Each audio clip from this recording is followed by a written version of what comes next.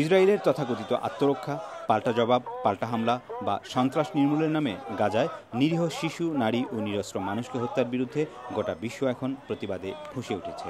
বিশ্বের অন্যান্য শহরের মতো নিউ ইয়র্কেও চলছে প্রতিবাদ সমাবেশ।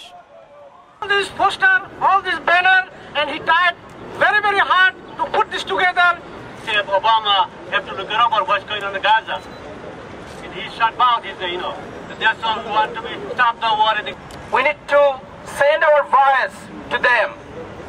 They cannot kill 600 human, innocent men and women and children.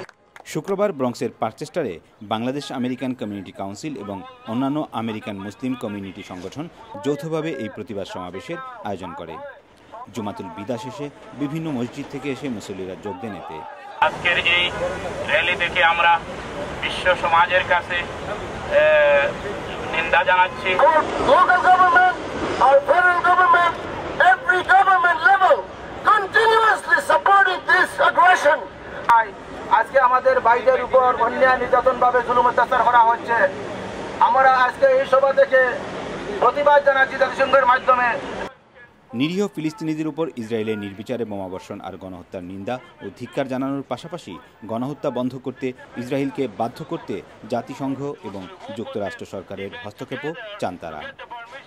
Our public office, they are not ignorant, they are not stupid, they are not out of mind. All know what's going on. Gaza যা হইতেছে জেনোসাইডের পক্ষে এবং বিপক্ষে বলেন, ঘৃণা কতটুকু প্রকাশ নিজেও জানলে কিভাবে করতে হয়।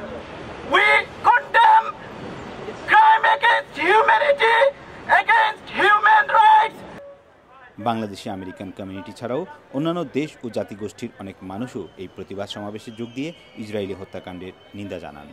আবিদুর রহিম, টাইম টেলিভিশন, নিউ ইয়র্ক।